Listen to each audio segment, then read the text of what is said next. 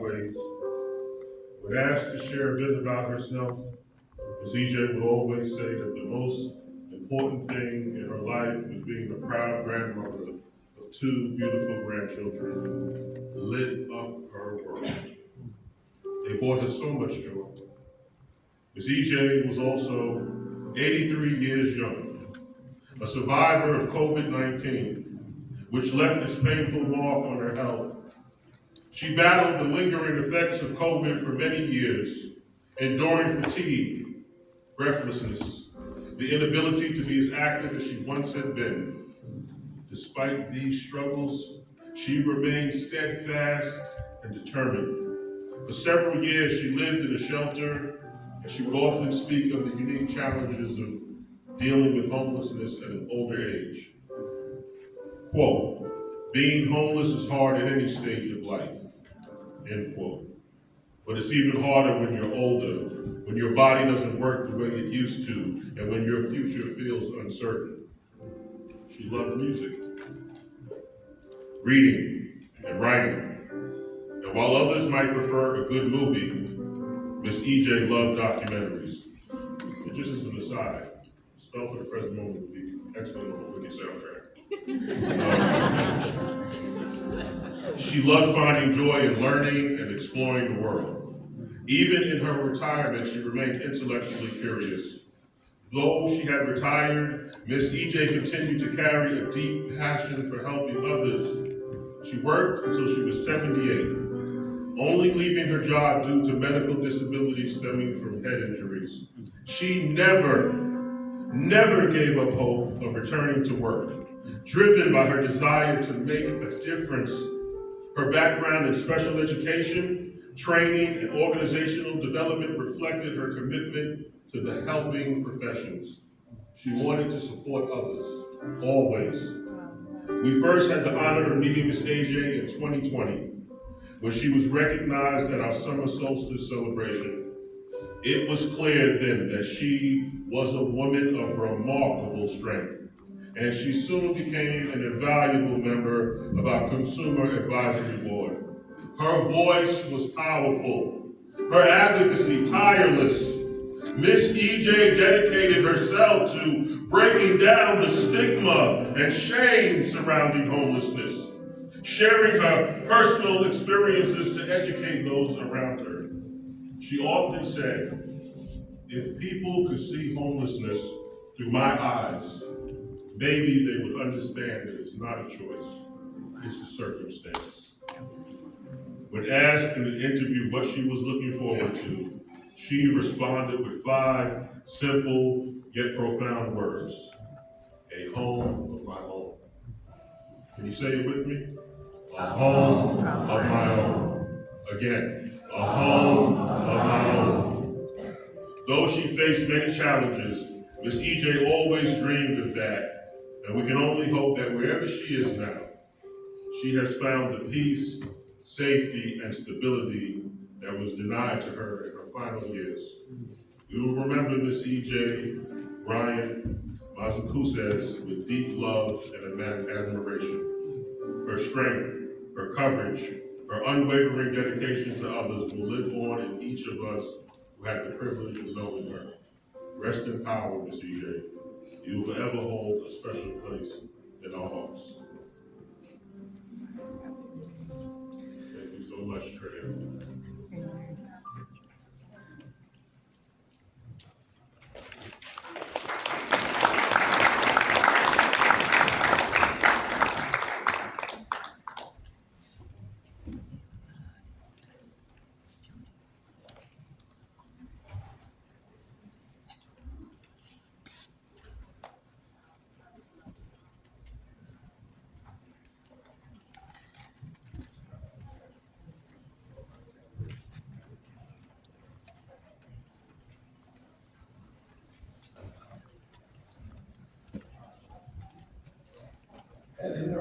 Elizabeth Hammond. Amen.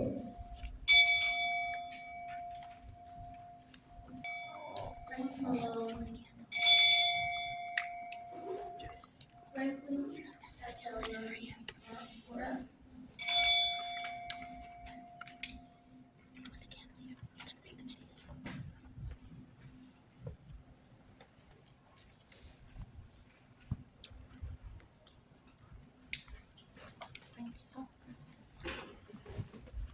Franklin Martin. Mr. G. Key.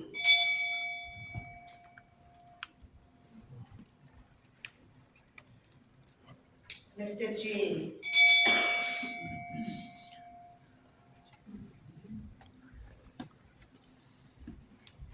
Gabriel Velasquez. Gary G. Gerald Siren. Robacio. Gilbert H. Glenn Winston. Gregory B. Gregory Numenez. Gustavo. Harold H. Hassan Ali. Hayden. Howard S. Hyman. Abraham.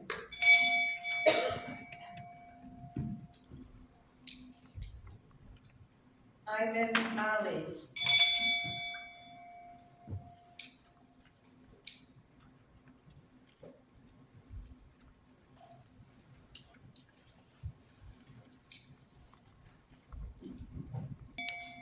James Anderson. James Brown. James C. James Cohn.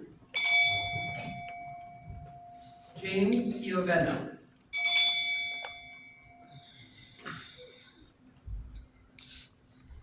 James Nolter. James Torres. Jane and John Doe.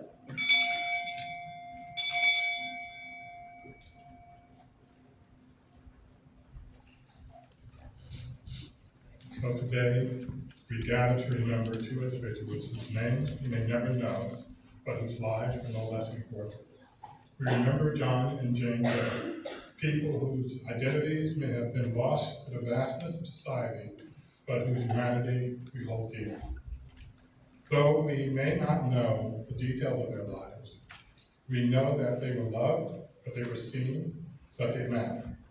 John and Jane, like many others, were caught in a devastating cycle of homelessness, a cycle that too often strips away our dignity, security, and connectedness. They may not have been visible to many, but they were seen by us. In the quiet moments of their lives, they held hopes and dreams, the stories that will never be fully heard.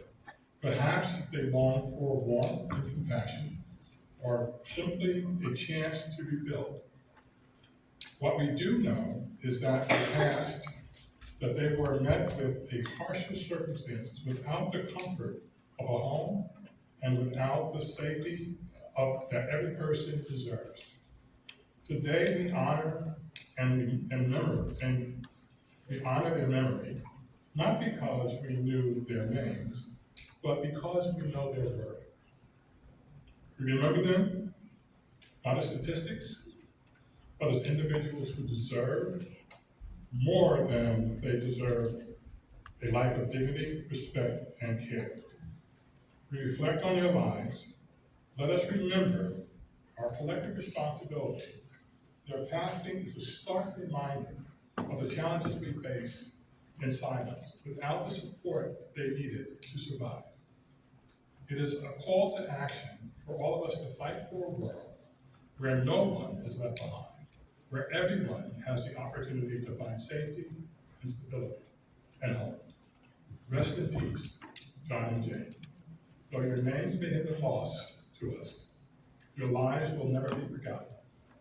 You are remembered, and we will continue to fight for a world where your story and the stories of many others will not end in silence.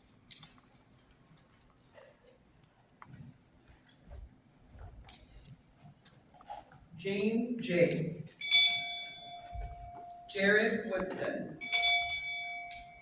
Jemdai Benbow. Wallace. Jorge.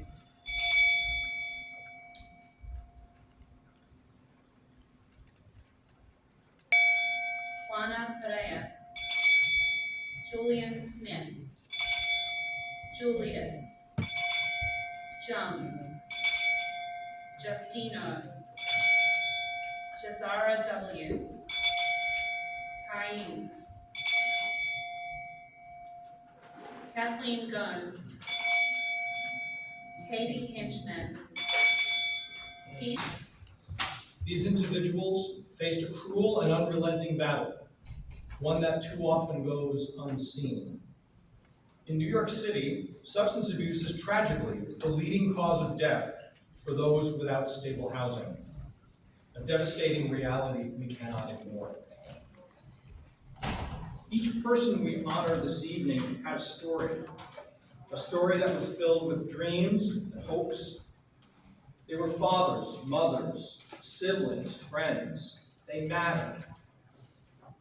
Their struggles with substance use were not just a symptom of their homelessness, but a reflection of the complex challenges they faced: pain, trauma, isolation, and a lack of access to the help they so desperately needed. We must acknowledge that addiction is not a choice, but a health crisis. It's a response to deep, often unspoken pain, and it is one that demands compassion, not condemnation. These individuals face an overwhelming uphill battle, where the resources to heal were often out of their reach. Without the support of stable housing, mental health services, and addiction treatment, they were left vulnerable, unable to find the safety and the healing that they needed. As we remember those we've lost, let us also call for change. Let us demand better access to treatment, mental health care, supportive housing, resources that can help break the cycle of addiction and homelessness. Let their memory inspire us to act, to work towards a world where no one has to suffer in silence and where help is available for all in need. We wish that they rest in peace. Their lives were valuable, and their struggles will not be forgotten. We in this room will continue to fight for a future where no one has to face the darkness of addiction.